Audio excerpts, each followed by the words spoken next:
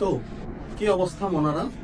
তো তোমাদের হচ্ছে হায়ার ম্যাথ আর জেনারেল ম্যাথের টোটাল দুইটা চ্যাপ্টারের পুরো 25 কোর্স পুরো সিরিজটা দিয়ে দেওয়া হয়েছে, যেটা হচ্ছে হায়ার ম্যাথের চ্যাপ্টার 7 অর্থাৎ অসীম ধারা এবং জেনারেল ম্যাথের চ্যাপ্টার 16 পরিমিতি। তো আজকে আমরা যেটা দিয়ে নতুন প্লেলিস্টটা শুরু করবো সেটা হচ্ছে 2025 বোর্ডের জেনারেল ম্যাথের চ্যাপ্টার 9 ত্রিকোণমিতি। ঠিক আছে, তো চলো ত্রিকোণমিতির প্রথম যে কোশ্চেনটা সেটা হচ্ছে ঢাকা বোর্ড 2025। ঢাকা বোর্ড 2025-এ তোমার কি বলছে, প্রশ্ন শুরু করি চলো। বলছে হচ্ছে tan 7x equal to cot 8x হলে x এর মান নির্ণয় করো। 1 নাম্বার প্রশ্ন, খুবই সিম্পল জিনিস। বলছে কি tan 7x equal to cot 8x হলে x এর মান নির্ণয় করো। আচ্ছা, এইটা সলভ করার জন্য তোমাদের হায়ার ম্যাথের একটু সাহায্য লাগে। ঠিক আছে, তোমরা হায়ার ম্যাথে যে অনুপাত রূপান্তরটা পড়েছো সেই অনুপাত রূপান্তর করে তোমাদের কাজে লাগবে। তো চলো, তো tan 7x লাগবে, আমি sin cos tan এর বেশি কমফোর্টেবল। Okay fine. আচ্ছা, cot 8x টা আমার কিছু নিতে হবে, tan এর উপর করতে হবে না, তাই তো আমি অনুপাত কোণগুলি সমান করে নিতে পারবো, তাই না? তাহলে cot এর কি করতে হবে, tan এ কনভার্ট করে নিতে হবে। তাহলে কিভাবে কনভার্ট করেন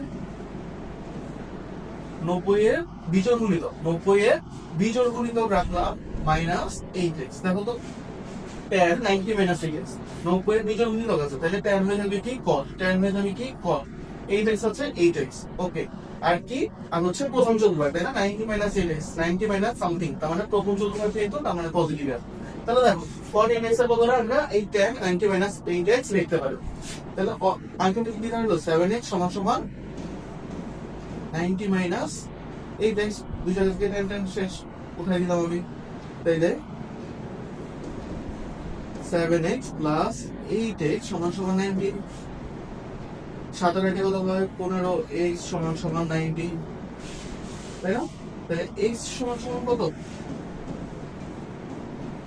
90/15। সুতরাং x সমান সমান 6×15, 6×15 তাই, ঠিক আছে?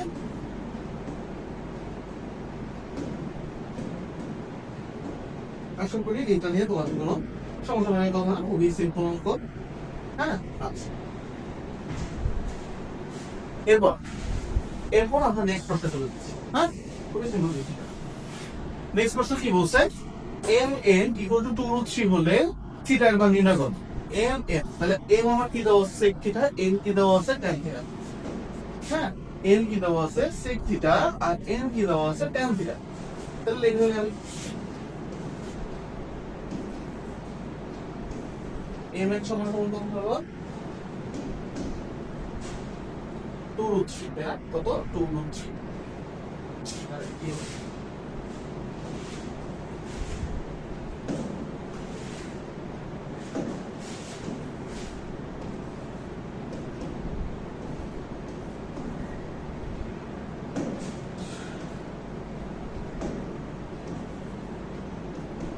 আচ্ছা, m এর মান কত, sec থিটা, তাহলে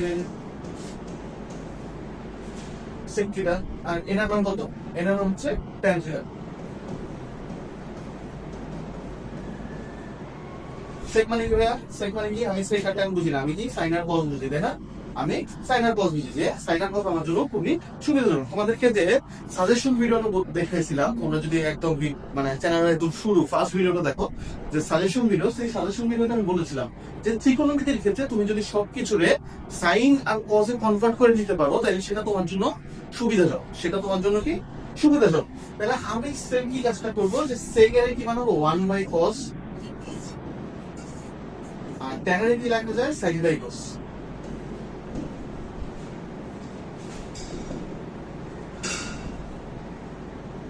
ঠিক আছে, আচ্ছা, নিচে cos into cos কি হবে, cos স্কয়ার, আর উপর কি হবে sin।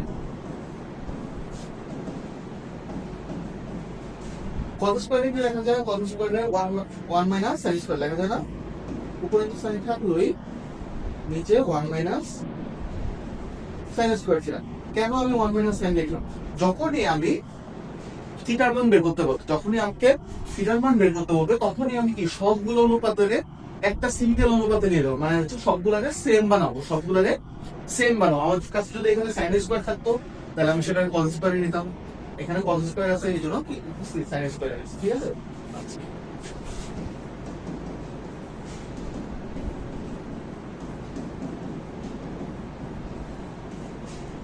ওকে,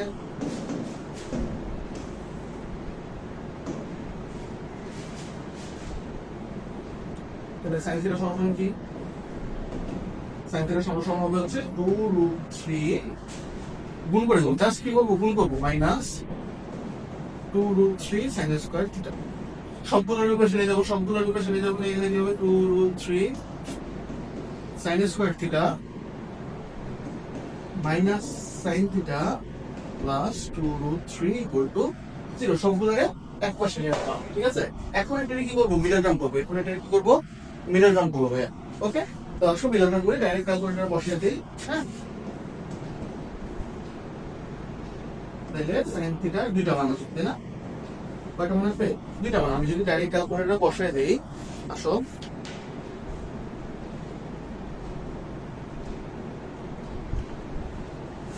আচ্ছা, একটা আসছে মাইনাস 2/√3 মাইনাস 2/√3 আর একটা হচ্ছে √3/2।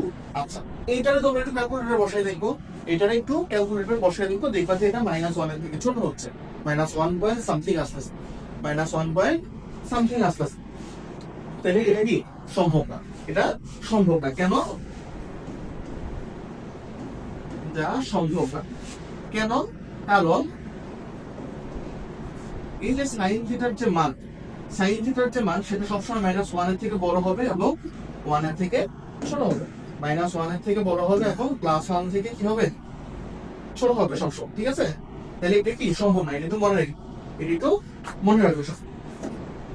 নেক্সট √3/2, √3/2, তাহলে আমার এখানে কি আসবে, থিটা সমান সমান sin ইনভার্স 1 √3/2, থিটা সমান সমান sin ইনভার্স 1 √3/2। এটা একটু ক্যালকুলেটর হিসাব করো, এটারে ক্যালকুলেটরে হিসাব করে দেখবা কত আসবে। 60 ডিগ্রি আসবে, কত আসছে 60 ডিগ্রি, ঠিক আছে? কত আসছে 60 ডিগ্রি, মানে কি π/3, কত π/3। আচ্ছা, এখন কথা হচ্ছে যে আমার শুধু কি 60 ডিগ্রি, তোমরা কি এটা করছো স্থানাঙ্ক ব্যবস্থা চতুর্ভাগ, চতুর্ভাগ করেছো? চতুর্ভাগের মধ্যে এখানে কি হয়, অল পজিটিভ, এখানে কি অল পজিটিভ, তাই না? এখানে কি সাইন আর কোসেক পজিটিভ, এখানে tan আর কি cos পজিটিভ, আর এখানে হচ্ছে cos আর sec পজিটিভ, তাই না? এখানে হচ্ছে অল পজিটিভ, এখানে হচ্ছে সাইন আর কোসেক পজিটিভ, এখানে tan পজিটিভ, এখানে cos আর sec পজিটিভ। আচ্ছা, তাহলে এখানে আমি কি সাইন পজিটিভ না, তাহলে সাইন পজিটিভ কোন জায়গায় হয়, এখানে হচ্ছে এটাও হয়, আবার কি এইটাও হয়। আমার প্রথম চতুর্ভাগ আর দ্বিতীয় চতুর্ভাগ দুটোর জায়গাতে কি হয়, আমার সাইনের মান পজিটিভ হয়। তাহলে আমি এখানে যে 60 ডিগ্রি পেয়েছি সেটা কোথায়, শুধুমাত্র প্রথম চতুর্ভাগের জন্য।